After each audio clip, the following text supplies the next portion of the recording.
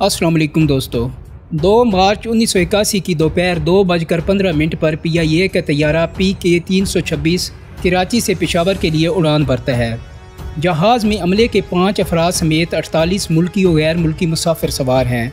मियाँ वाली के ऊपर परवाज़ के दौरान 3 नौजवान अपनी सीटों से उठते हैं और असला के ज़ोर पर पायलट को जहाज़ का रुख मोड़ने पर मजबूर कर देते हैं। शाम 5 बजे जहाज़ काबुल के हवाई अड्डे पर उतार लिया जाता है। इस पाकिस्तानी तैयारे की हाईजैकिंग की खबर अगले दिन आलमी मीडिया की शह सुर्खियों से नुमायाँ थी। अगवाकारों की शनाख्त अल जुल्फ़कार और पीपल्स स्टूडेंट्स फेडरेशन से वाबस्ता 3 नौजवानों के तौर पर कराई गई। सलामुल्लाह टीपू, नासिर जमाल और अरशद शिराजी ने मुसाफिरों की रिहाई के बदले मुल्क की मुख्तलिफ जेलों में कैद पीपल्स पार्टी के 54 सियासी कैदियों की रिहाई का मुतालबा किया। आने वाले 3 रोज़ तक हुकूमत पाकिस्तान के नुमाइंदों और हाई जैकर्स में बेसूद मुज़ाकरात होते रहे।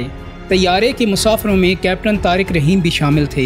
अगवा कुनिंदगान ने उन्हें जनरल रहीमुद्दीन का बेटा होने के शुबे में कत्ल कर दिया।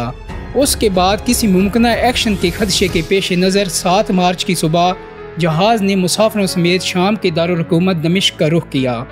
जुल्फ़कार अली भुट्टो की हुकूमत के खात्मे और फांसी के बाद एहतजाज और मुजाहरों की पादाश में पीपल्स पार्टी के रहनुमाओं और कारकुनों की बड़ी तादाद मुख्तलिफ जेलों में कैद थी। उनमें पीपल्स पार्टी के सेक्रेटरी जनरल और साबिक वफाकी वज़ीर डॉक्टर गुलाम हुसैन, साबिक स्पीकर मेराज खालिद, साबिक वज़ीर सैयद इकबाल हैदर, मियाँ महमूद अली कसूरी और सुलेमान तासीर शामिल थे।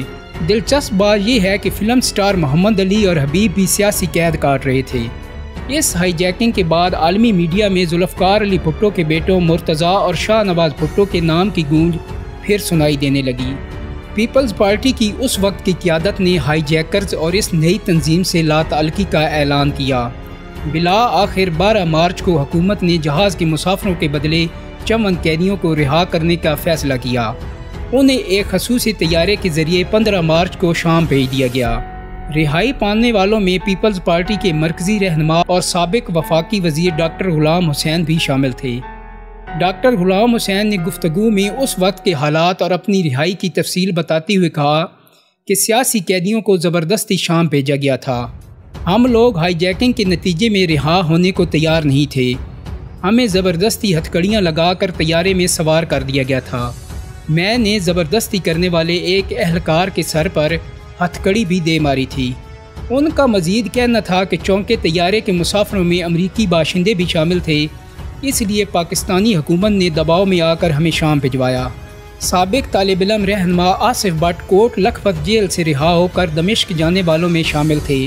उन्होंने अपनी किताब कहीं सूलियाँ सरेराह थी में तैयारे के अगवा, शाम और काबल के हालात और पाकिस्तानी जेलों में अपनी कैद की दास्तान बयान की है।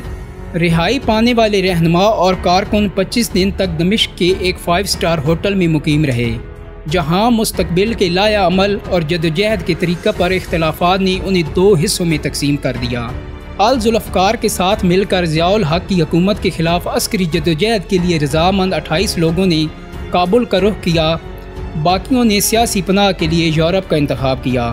डॉक्टर गुलाम हुसैन के मुताबिक उन्हें और दीगर 12 अफराद को अक़वाम मुत्तहिदा की छानबीन और हदायत के बाद पासपोर्ट जारी कर दिया गया, जिसके बाद वो स्वीडन मुंतकिल हो गए। स्वीडन में उन्होंने 1988 तक का अरसा सियासी और जमहूरी जदोजहद में गुजारा। काबल जाने वालों में आसिफ भट्ट, अरशद अवान, आज़म चौधरी, लाला असद पठान, परवेज़ शनवारी और तारिक चीमा भी शामिल थे। आसिफ भट्ट के मुताबिक उन्हें शामी पासपोर्ट पर बरास्ता हिंदुस्तान काबुल ले जाया गया।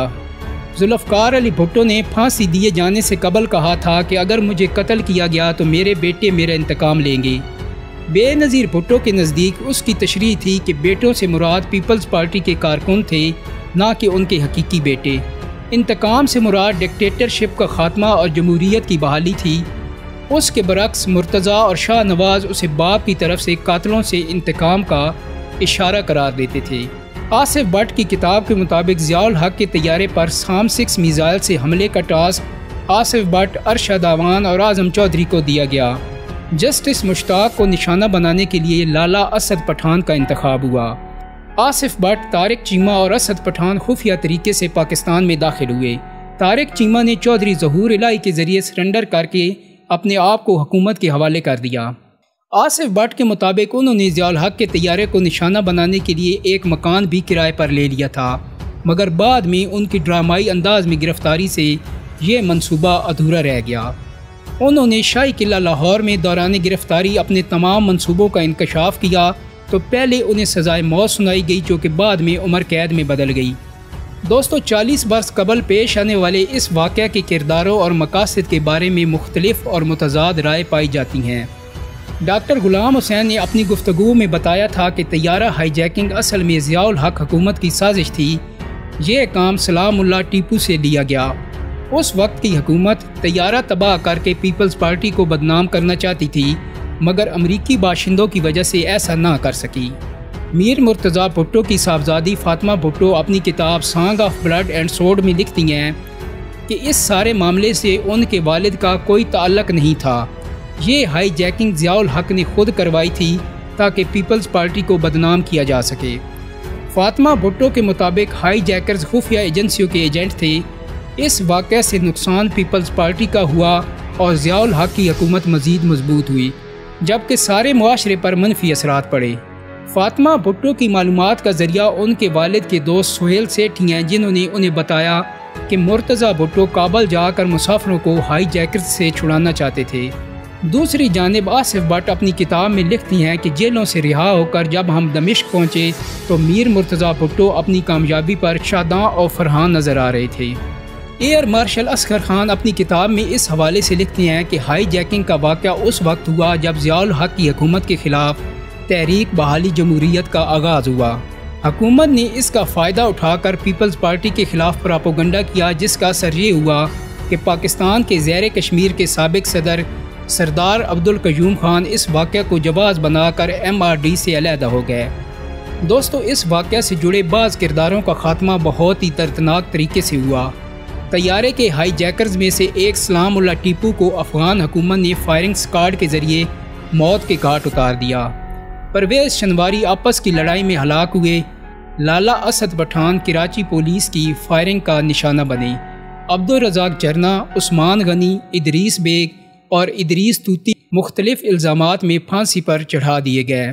जुल्फ़कार अली भुट्टो के साबिक मुशीर और मुस्लिम लीग नून के मौजूदा रहनुमा राजा अनवर को खुफिया एजेंसियों का एजेंट होने और उनके कत्ल की साजिश के शुबह में अफ़गान हुकूमत के हवाले कर दिया गया। उन्होंने पुलचरखी जेल के अज़ियतनाक वाक़यात का जिक्र अपनी किताब में भी किया है। पीपल्स पार्टी के बरसरे इक़्तिदार आने पर डॉक्टर गुलाम हुसैन वतन लौट आए, जबकि आसिफ भट्ट को भी जेल से रिहाई मिल गई। मीर मुर्तज़ा भुट्टो 1996 में मुबैना पुलिस मुकाबले में ज़िंदगी की बाजी हार गए। बकिया दो किरदार नासिर जमाल और अरशद शिराजी अभी तक जला वतनी की ज़िंदगी बसर कर रहे हैं। दोस्तों, उम्मीद करता हूँ कि पाकिस्तान की तारीख़ के बारे में मेरी ये वीडियो आपको ज़रूर पसंद आई होगी। अगर वीडियो अच्छी लगी है तो इसको लाइक और शेयर कर दें। मेरे चैनल को सब्सक्राइब करने के साथ साथ बेल आइकान को भी क्लिक कर दें ताकि आपको मेरी आने वाली मज़ीद वीडियोज़ के नोटिफिकेशन मिलते रहें। बहुत जल्दी एक नई वीडियो के साथ मुलाकात होगी। अपना बहुत सारा ख्याल रखिएगा। अल्लाह हाफ़िज़।